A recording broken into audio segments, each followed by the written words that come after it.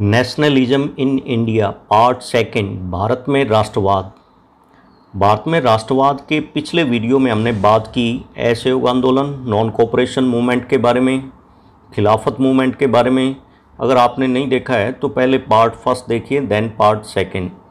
आज के वीडियो में हम बात करेंगे सविनय अवज्ञा आंदोलन, सिविल डिसोबीडियंस मूवमेंट के बारे में डिटेल से।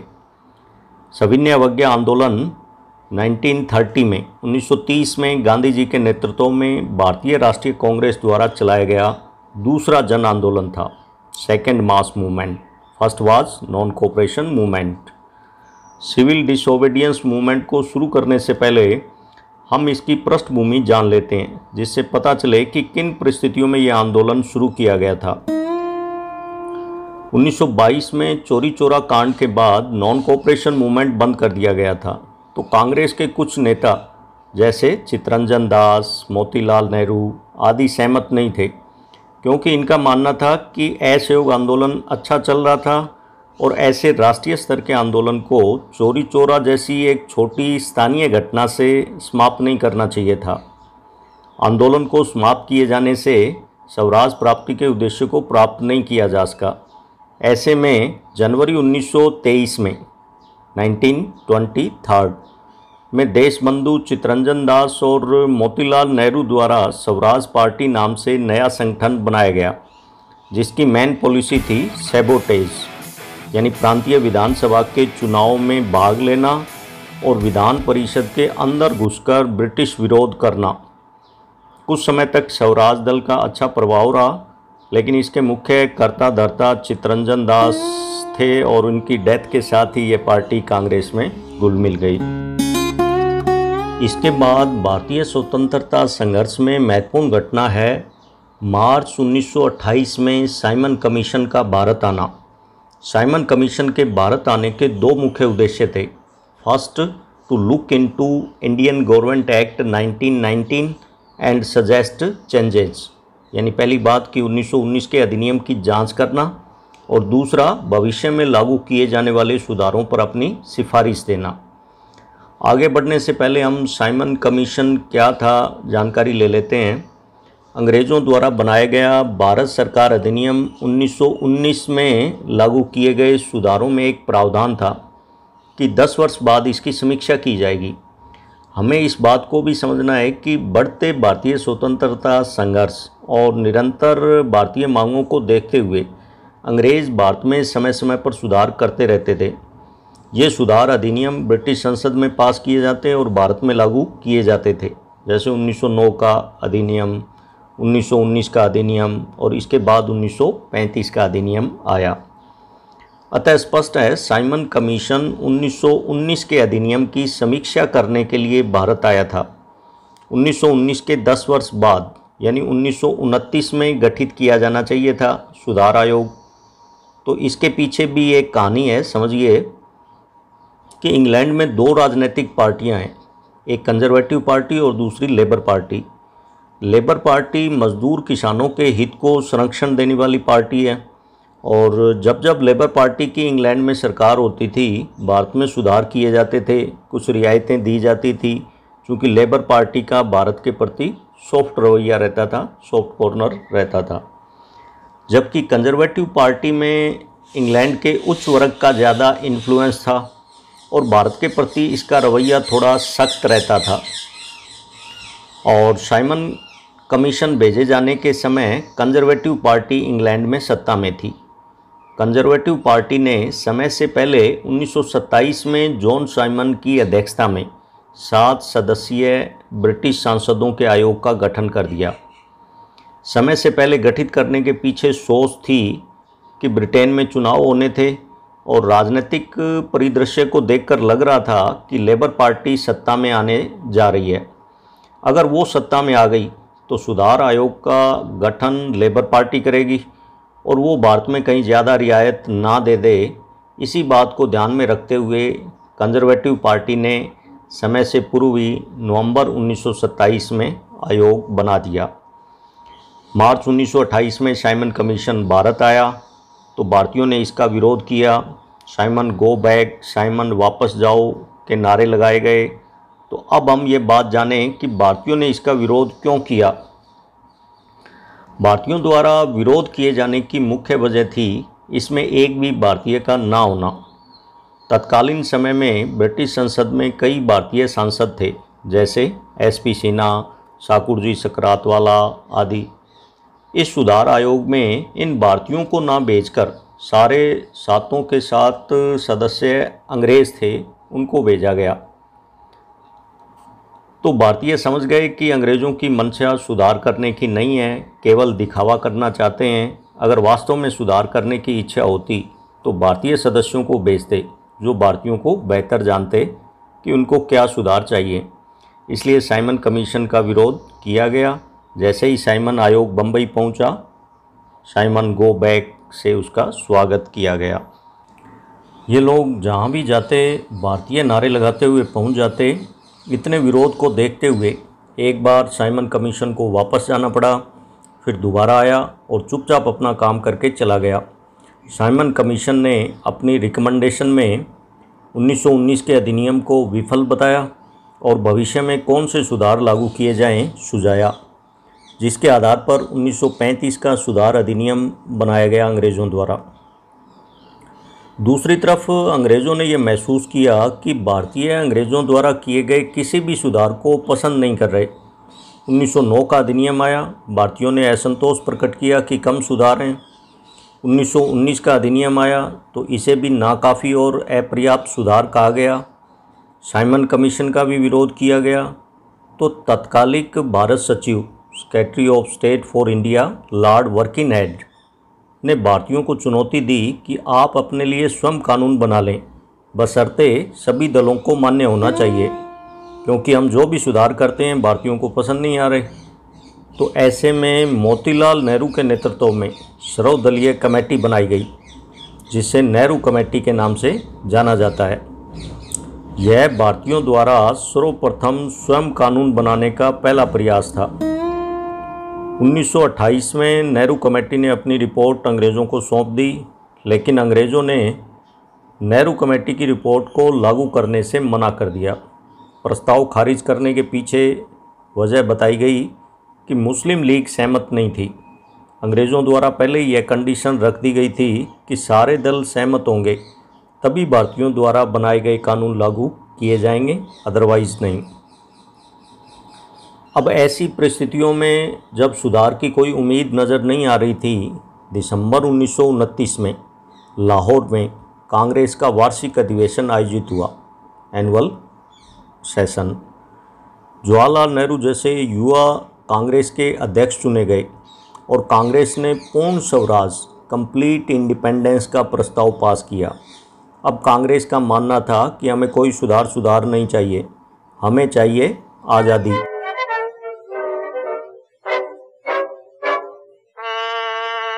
आज़ाद होकर हम स्वयं अपने लिए कानून बना लेंगे।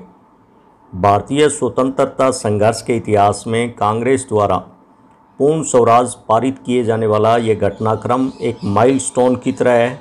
यहाँ से संघर्ष और तेज़ हो गया। इसी सेशन में अंग्रेज़ों को नेहरू कमेटी की रिपोर्ट मानने हेतु 31 दिसंबर 1929 तक की डेडलाइन दे दी गई कि या तो अंग्रेज़ इसे लागू कर दें, नहीं तो भारतीयों के पास सिवाय आंदोलन चलाने के कोई विकल्प नहीं है। अंग्रेज़ों द्वारा नेहरू कमेटी रिपोर्ट को मानने से मना कर दिया गया। परिणाम स्वरूप कांग्रेस ने आंदोलन चलाया और वो आंदोलन था सविनय अवज्ञा आंदोलन, सिविल डिसोबीडियंस मूवमेंट। इस बीच एक महत्वपूर्ण घटनाक्रम और हुआ। 26 जनवरी 1930 को लाहौर में रावी नदी के किनारे कांग्रेस द्वारा स्वतंत्रता की प्रतिज्ञा ली गई और यह शपथ प्रतिवर्ष लेने का संकल्प लिया।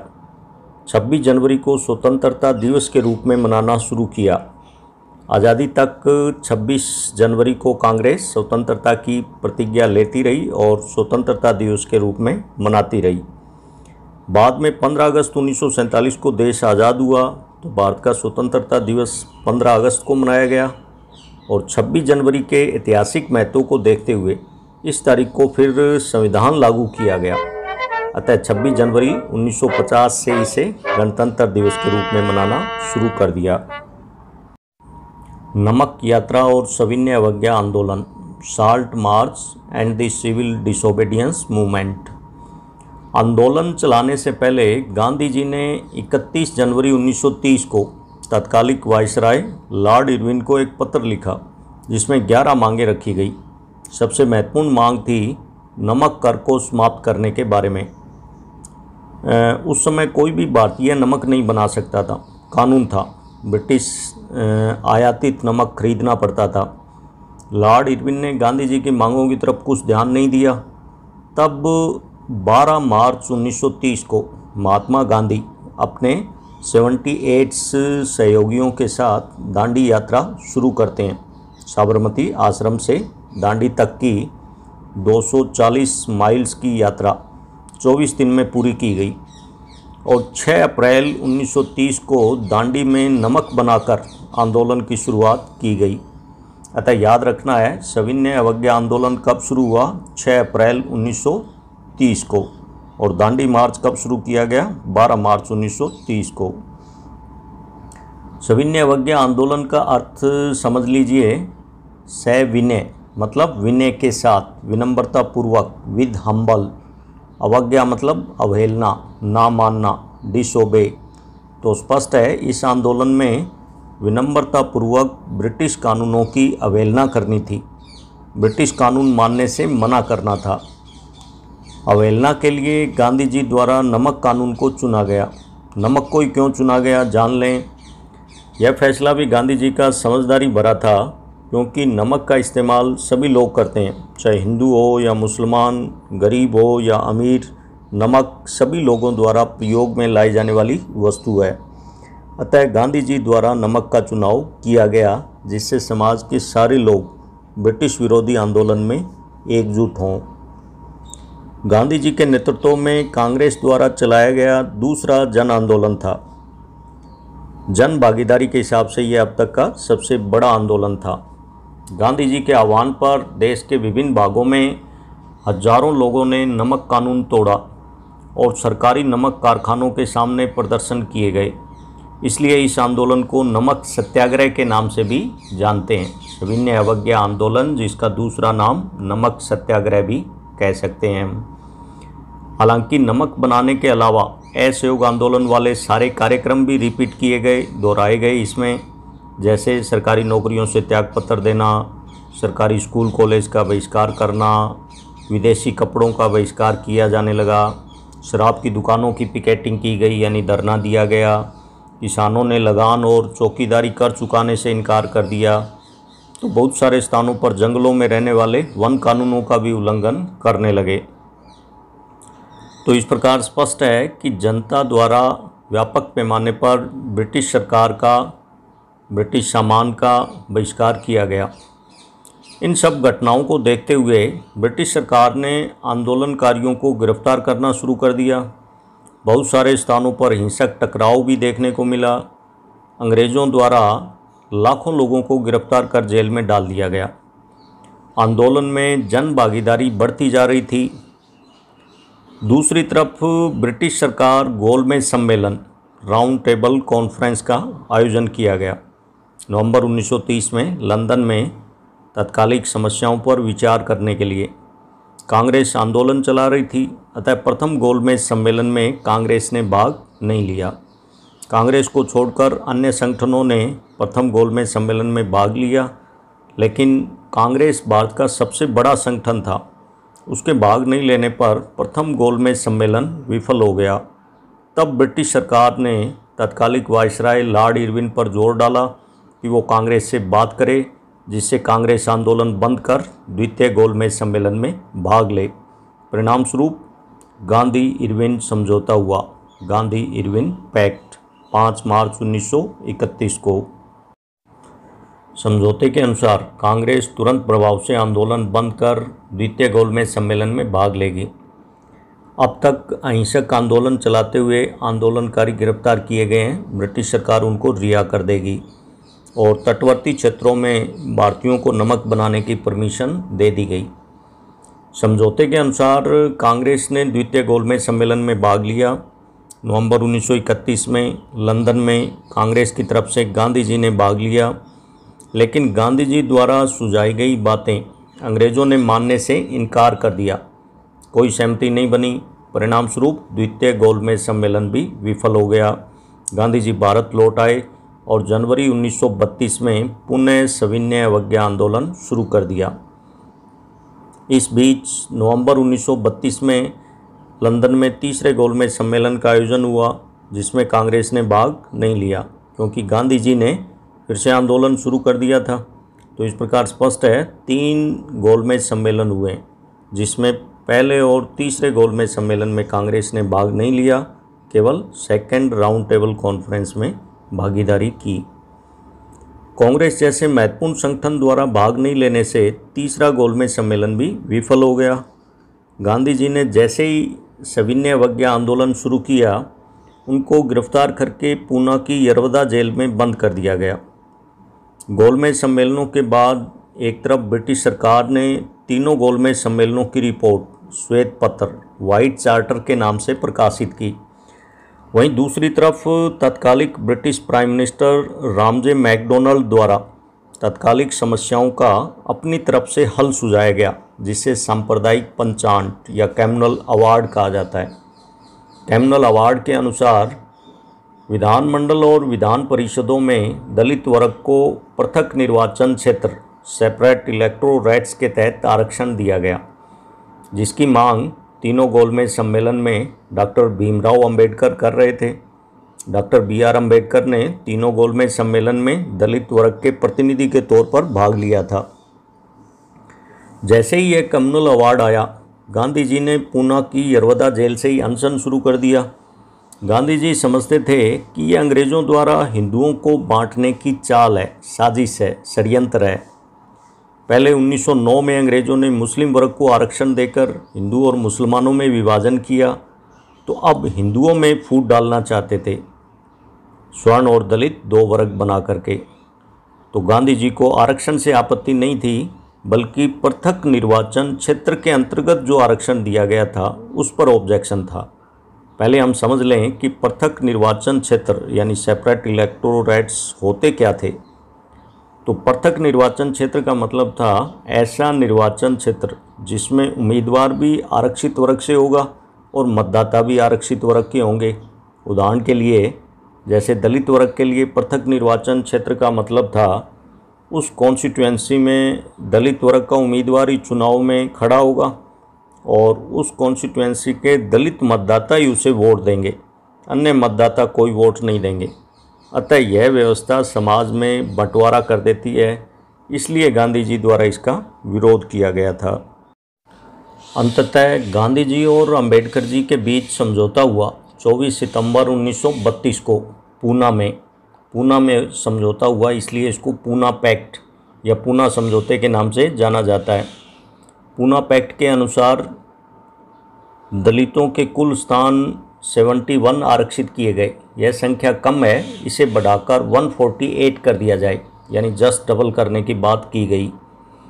दूसरा, इसमें प्रावधान था कि दलित वर्ग को पृथक चुनाव क्षेत्र दिए गए हैं वो समाप्त किए जाएं, इसकी जगह संयुक्त चुनाव क्षेत्र दिए जाएं। इसकी कॉपी ब्रिटिश प्राइम मिनिस्टर को भेज दी गई और 1935 के एक्ट में इसे लागू किया गया, जिसमें दलित वर्ग को अनुसूचित जाति शेड्यूल कास्ट के नाम से जाना गया को प्रांतीय और केंद्रीय विधान परिषदों में आरक्षण दे दिया गया। पूना पैक्ट के बाद अब हम सविनय अवज्ञा आंदोलन पर पुनः लौटते हैं। द्वितीय गोलमेज सम्मेलन से निराश गांधी जी ने भारत पहुंचकर 1933 में फिर से सविनय अवज्ञा आंदोलन प्रारंभ कर दिया। साल भर आंदोलन चला। 1934 तक आते आते इसकी गति मंद पड़ने लगी। जन आंदोलनों की खास बात यही है कि एक बार तो जनता बढ़ चढ़कर भाग लेती है, लेकिन आंदोलन लंबा चलता है, वर्षों वर्ष, तो जनता का जोश, उत्साह, जुनून ठंडा पड़ने लगता है, आंदोलन क्षीण हो जाता है, कमज़ोर हो जाता है। तो आइए हम देखें कि इस आंदोलन को लोगों ने किस तरह लिया। सबसे पहले बात करें समाज के सबसे बड़े वर्ग किसानों की। किसानों की सबसे बड़ी समस्या ब्रिटिश शासनकाल में रही है लगान की। किसानों के लिए भू राजस्व या लगान चुकाना मुश्किल होता था और अकाल, बाढ़ जैसी प्राकृतिक आपदाओं के समय तो लगान चुकाना नामुमकिन हो जाता था। लेकिन भू राजस्व की ब्रिटिश प्रणाली बड़ी कठोर थी। सरकार लगान कम करने को तैयार नहीं होती थी। इस वजह से किसानों में अंग्रेज़ों के प्रति असंतोष बढ़ता जा रहा था और जब भी कोई आंदोलन चलता किसान भी उसमें कूद पड़ते थे, जुड़ जाते थे उस आंदोलन से। पीछे हमने असहयोग आंदोलन के दौरान भी देखा था।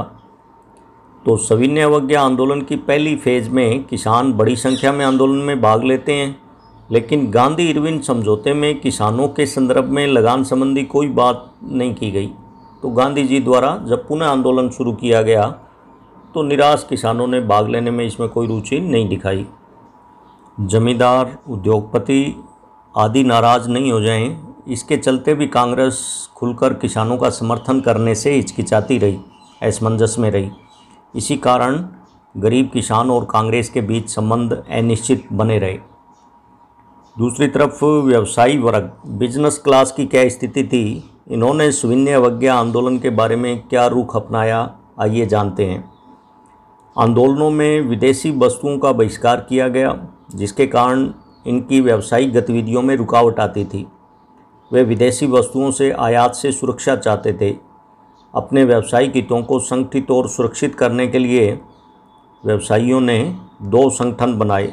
पहला 1920 में भारतीय औद्योगिक एवं व्यावसायिक कांग्रेस यानी Indian industrial and commercial Congress, और दूसरा 1927 में भारतीय वाणिज्य एवं उद्योग परिसंघ, federation of Indian chamber of commerce and industry, जिसे आज शॉर्ट में फिक्की के नाम से जानते हैं। हालांकि पुरुषोत्तम दास ठाकुरदास और जीडी बिड़ला जैसे जाने माने उद्योगपतियों ने सविनय अवज्ञा आंदोलन का समर्थन किया, लेकिन ज़्यादातर व्यवसायियों का मानना था कि कारोबार पर औपनिवेशिक पाबंदियां नहीं होनी चाहिए तथा व्यापार एवं उद्योग बिना किसी बाधा के चलने चाहिए। गोलमेज सम्मेलन की विफलता के बाद व्यावसायिक संगठनों का उत्साह भी ठंडा हो गया। साथ ही व्यवसायियों को आंदोलन के दौरान अशांति की आशंका भी थी और कांग्रेस के युवा सदस्यों में बढ़ते समाजवाद से भी वो डरे हुए थे। इस प्रकार स्पष्ट है किसान वर्ग और व्यवसायी वर्ग दोनों ही छिटपुट स्तर पर भाग लेते हैं, बड़े पैमाने पर भागीदारी नहीं की। शुरू में तो भाग लेते हैं, लेकिन दूसरा जब फेज़ आता है गांधी जी द्वारा पुनः शुरू किया गया तो उसमें बड़े पैमाने पर भाग नहीं लिया गया। लेकिन महिलाओं ने बड़े पैमाने पर हिस्सा लिया। महिलाओं ने जुलूसों में हिस्सा लिया, नमक बनाया, विदेशी कपड़ों व शराब की दुकानों की पिकेटिंग की। इस प्रकार महिलाओं ने काफ़ी बढ़ चढ़कर आंदोलन में भाग लिया। अब हम बात करें सविनय अवज्ञा आंदोलन की सीमाओं की, limitation of civil disobedience movements.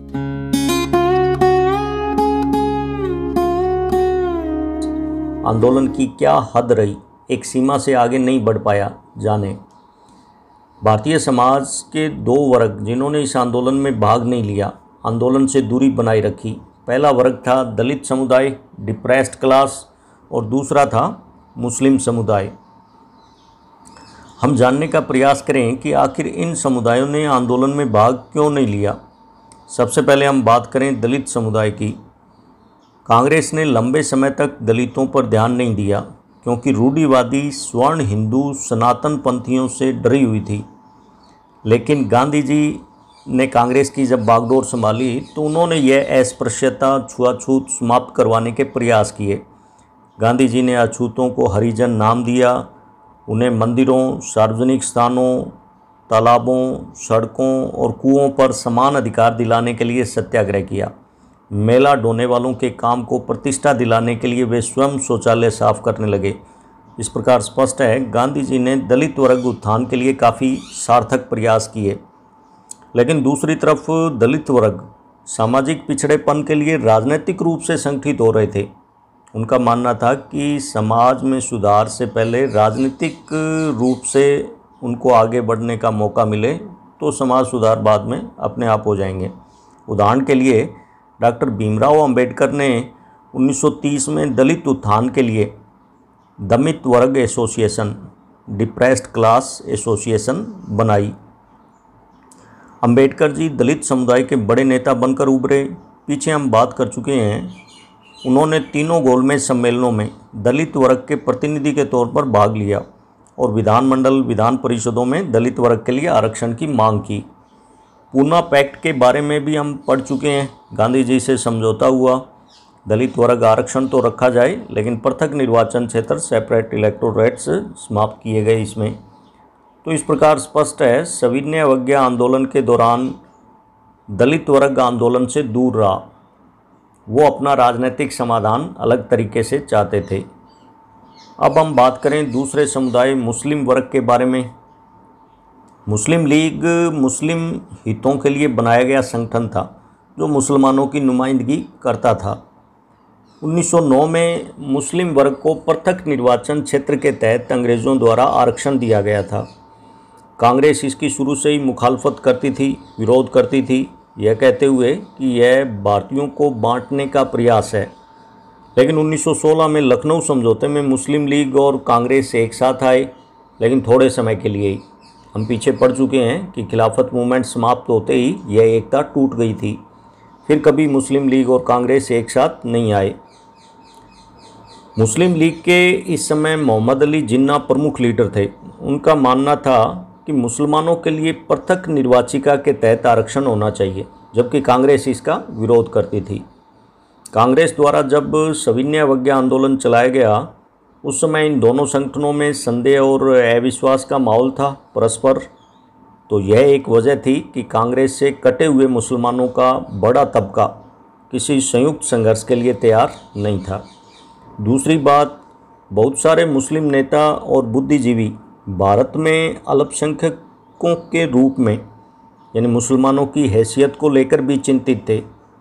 उनको भय था कि हिंदू बहुसंख्यक यानी मेजॉरिटी में है, तो इससे माइनॉरिटी सेक्शन यानी मुस्लिम वर्ग अपनी संस्कृति और पहचान खो जाएगी।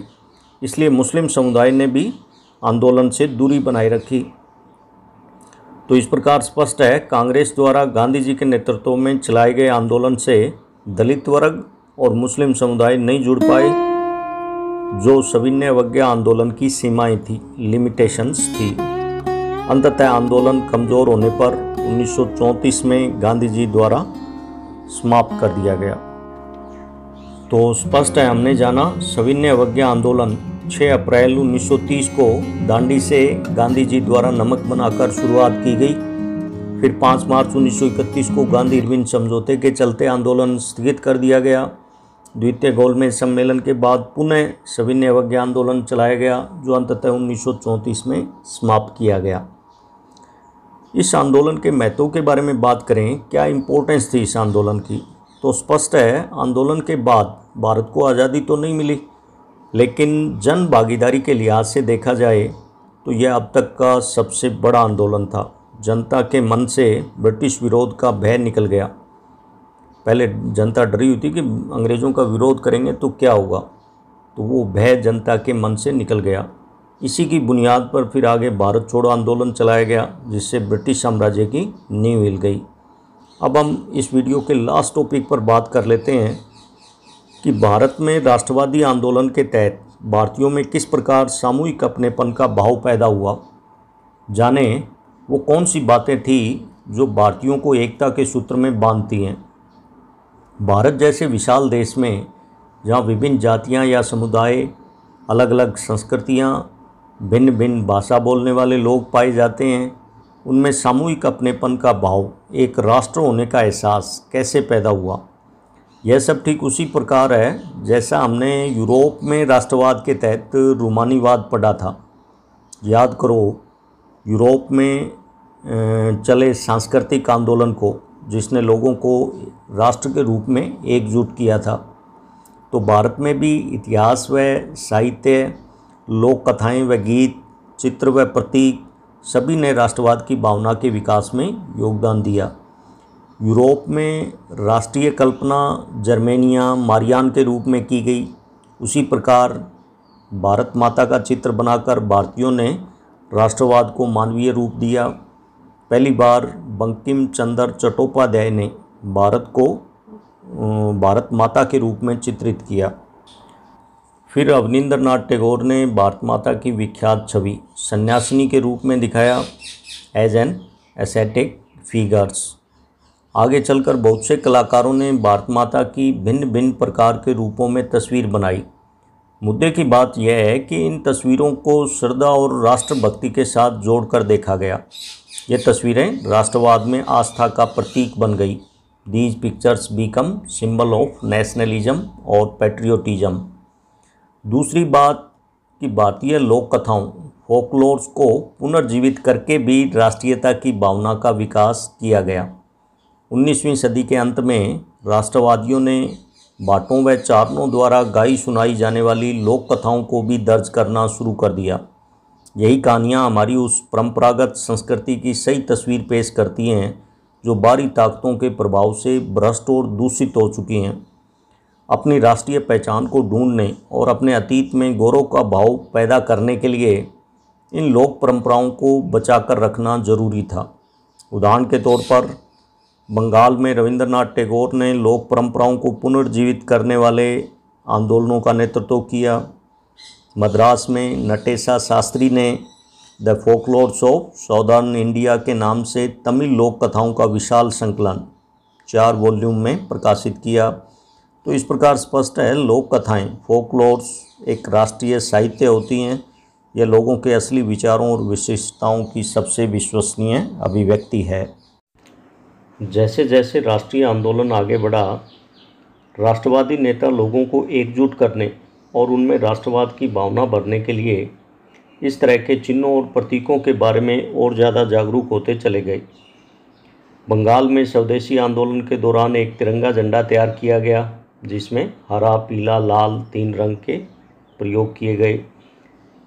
इसमें ब्रिटिश भारत के 8 प्रांतों का प्रतिनिधित्व करते हुए कमल के 8 फूल बनाए गए और हिंदू तथा मुसलमानों का प्रतिनिधित्व करते हुए एक अर्धचंद्र आधा चंद्रमा दिखाया गया।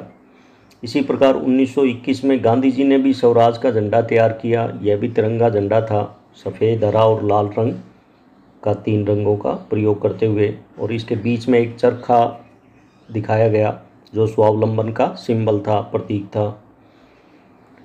इतिहास की पुनर्व्याख्या राष्ट्रवाद की भावना पैदा करने का एक और साधन बनी। 19वीं सदी के अंत तक आते आते बहुत सारे भारतीय यह महसूस करने लगे कि राष्ट्र के प्रति गर्व का भाव जगाने के लिए भारतीय इतिहास को भी अलग ढंग से पढ़ाया जाना चाहिए। यानी इतिहास में भारत के लोग अपनी महान उपलब्धियों की खोज करें, अपने गौरवमय इतिहास के बारे में जानें कि किस प्रकार प्राचीन भारत में कला और वास्तुशिल्प, विज्ञान और गणित के क्षेत्र में, धर्म और संस्कृति, कानून और दर्शन, हस्तकला और व्यापार फल फूल रहे थे, बहुत ही उन्नत था। याद करें चंद्रगुप्त मौर्य का प्रशासन प्राचीन भारत का। तो इस प्रकार भारतीयों में इतिहास की पुनर्व्याख्या करके अतीत के बारे में गौरव जगाने का, एक राष्ट्रीयता का भाव पैदा करने का प्रयास किया गया। बताया गया कि भाई अतीत में हम इतने महान थे तो आज गुलाम क्यों हैं, इसके लिए हमें उठ खड़े होना चाहिए। तो इस प्रकार इतिहास की पुनर्व्याख्या भी राष्ट्रवाद की भावना पैदा करने के लिए एक साधन की तरह इस्तेमाल की गई।